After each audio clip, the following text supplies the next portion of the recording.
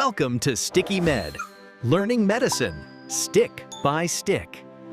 You know, if you've ever opened a lab report or tracked a performance metric or just wondered why most things in life seem to cluster around an average, you've been face to face with the single most important shape in all of data, the bell curve. It really does sound like a dusty concept from a statistics class, doesn't it? But this shape, and it has a few names, the normal distribution, the Gaussian distribution, it's basically the blueprint for natural variation. So it governs things like human height. Height, blood pressure, the precision of manufactured parts, even IQ scores. It is the rule book for what we consider normal in the world around us. And our source material for this deep dive was, well, it was an exhaustive clinical breakdown of this concept, full of integrals and Greek letters, the works. Yeah, not exactly light reading. Not at all. Yeah. But our mission, as always, is to give you the shortcut. We're going to pull out the essential insights, the things you actually need to know to interpret that word normal, especially when you're looking at your own biological data. It's about turning that complex analysis into simple, applicable knowledge. Okay, let's unpack this. So when we talk about the normal distribution, what are we really saying? At its simplest, it's just a picture of data where, there's a clear preference for the middle. Right. The vast majority of values just huddle right at the center, and that's what creates the peak of the bell. And then as you move away from that center, either to the super high numbers or the super low numbers, things drop off. They drop off symmetrically. And the beauty of this theoretical shape is its perfection. It's really defined by three non-negotiable characteristics. First one is that perfect symmetry. Meaning if you sliced it down the middle. Exactly. If you drew a line right down that center peak, the left half is an exact mirror image of the right half. It's just perfectly balanced. That perfect balance, I assume, is what tells you it's a natural, unbiased spread of data. That's it. The second characteristic is what makes the math so incredibly tidy. The three M's are all the exact same number. The three M's. The mean, which is just the average, the median, which is the value smack in the middle if you line everything up, and the mode, the most frequent value. In a perfect normal distribution, they all land on the exact same spot. So if we're talking about, say, adult height, the most common height is also the average height and the middle height. Precisely. Now, the third characteristic is a bit more abstract, but it's fundamental. It's what we call the asymptotic tails. Okay. It just means that as the curve moves out from the center, it gets infinitely closer to that horizontal line at the bottom, but statistically, it never actually touches it. Why does that matter? Why can't the probability just hit zero? Because it's a model for probability. Yeah. If the line actually hits zero, you'd be saying it is literally impossible for that value to exist. We often use the silly example of human height. The probability of someone being 20 feet tall is so small it's basically zero, but the model has to leave the door just a tiny crack open. It's a theoretical possibility, even if it's a physical impossibility. Exactly. The model acknowledges that nature doesn't operate with absolute hard barriers. That makes a lot of sense. Okay, so we have this perfect symmetrical shape. But not all bell curves look the same, right? The curve for people's body temperature is probably tall and skinny, but for something like annual rainfall, it might be much flatter. That's right. And our sources call the tools that differentiate them their DNA. The DNA of the curve. Because any normal distribution, no matter what it's measuring, can be completely defined by just two numbers, only two. And the first one is the mean. The mean. It's the center. And all it does is tell you where the curve sits on the number line.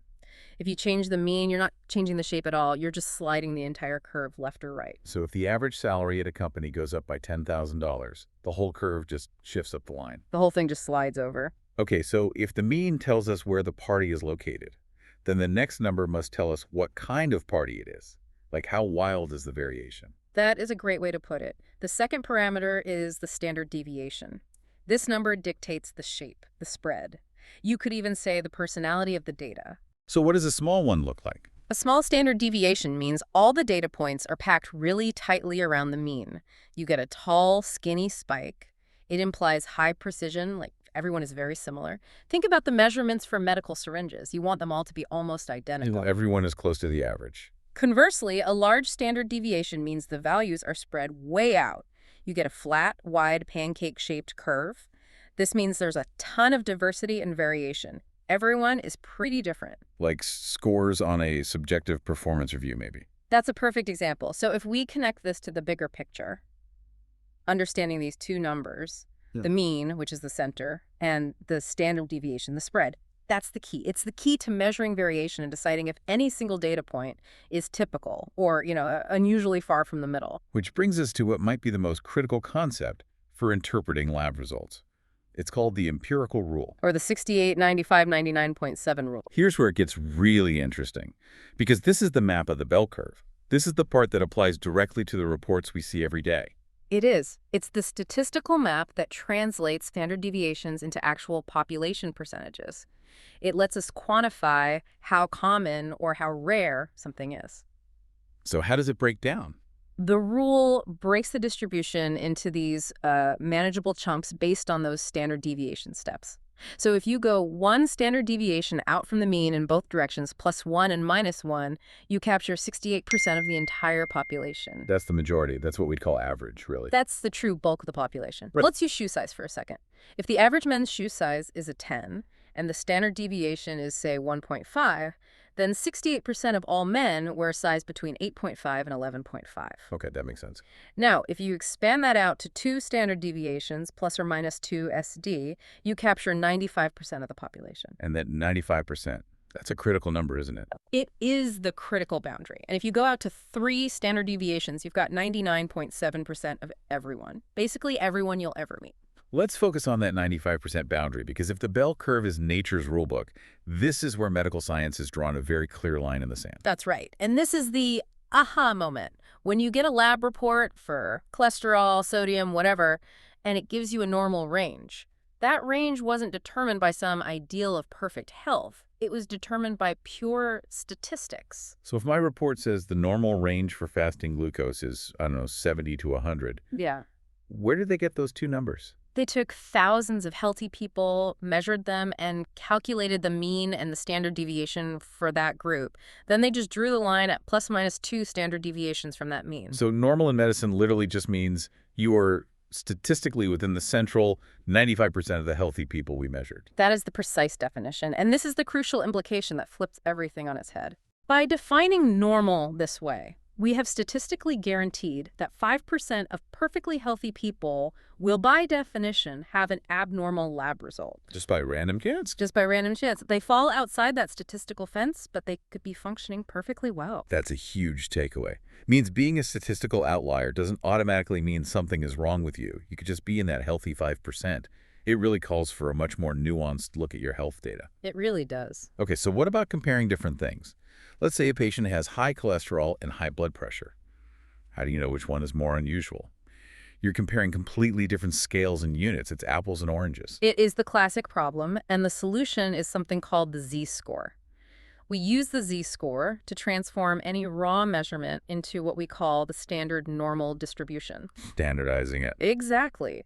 We basically force the curve to have a fixed mean of 0 and a fixed standard deviation of 1. When you do that, you strip away the original units, inches, pounds, whatever, and you're left with a universal translator. So a Z-score tells me what exactly? It tells you precisely how many standard deviations away from the mean your original value is. So if your Z-score is 0, you're perfectly average. Dead center. Dead center. A Z-score of +1.0 means you're exactly 1 standard deviation above the mean. A Z-score of +2.0 puts you in the top 2.5% for that trait, statistically very high. And a score of, say, -3.0 means you're extremely low, only higher than about 0.15% of the population. It's a way to measure the degree of weirdness on a universal scale. That's a great way of thinking about it. It standardizes abnormality. So we've been talking about the perfect symmetrical bell this whole time. But we know real-world data is almost never that clean. Sometimes those 3 M's don't line up. Right, and when the data is lopsided or pulled to one side, we call that skewness. Skewness. Skewness tells a story about where the outliers are. It means the mean, which is really sensitive to extreme values, gets dragged away from the median and the mode. So let's talk about positive skew first. That's skewed to the right. Right, skewed, yes. The long tail of the data points to the right, to the positive side. The story here is pretty simple. A few massive outliers are pulling the average way up. And this is the classic income example, isn't it? It is. A few billionaires in a town will pull the average income way up, far to the right, even though most people are clustered down on the left. So the rule is the mean gets pulled toward the tail, making it greater than the median. Which means the median income is a much more honest number for what a typical person makes. Absolutely. The median is the true middle ground there. Then, of course, you have negative skew, left skewed. The tail points to the left. And here, a few low numbers are dragging the average down. Exactly. The age at death example is perfect for this. Most people die at an older age. That's the peak. But tragic deaths earlier in life create that small, low-value tail that drags the average age of death down a little. So the mean ends up being less than the median. So skew is about lopsidedness. But what about kurtosis? That's about the peak, right? Kurtosis is a bit more subtle. It's a measure of the tailedness of the distribution. How much of the data is sitting in the far extremes versus how much is sitting in the shoulders, close to the center. And we have those two great names for it. The first one is leptokurtic, tall and skinny, like a kangaroo. Right. A leptokurtic curve has what we call heavy tails. Even though it looks spiky in the middle, it means you have a surprisingly high number of extreme outliers. This is a huge deal in finance, for example, because it means those unexpected massive market crashes, the black swans, are more likely than a perfect bell curve would suggest. And the opposite is platykurtic, flat and broad, like a platypus. A platykurtic curve has light tails. The data is more uniformly spread out, so you see fewer extreme outliers than you'd expect. The chances of a really, really high or really, really low result are smaller. So what does this all mean? It means that the world of data, and especially your own health data, can actually be summarized in surprisingly simple terms. The whole structure is defined by just two numbers: the center, which is the mean, and the spread, the standard deviation. And that spread is what defines our clinical reality. I think the biggest takeaway here is that 95% rule, knowing that the lines for normal are just statistical boundaries drawn at two standard deviations from the average. It reframes how we should see those metrics entirely. Z-scores give us a ruler to compare different things, and skewness tells us when maybe the average isn't the best number to be looking at. So the final provocative thought for you to take away from this is, since the medical definition of abnormal is purely statistical, it's just cutting off the 5% extremes of a healthy population, how does knowing that 5% of perfectly healthy people are statistically abnormal change the way you approach your next lab result?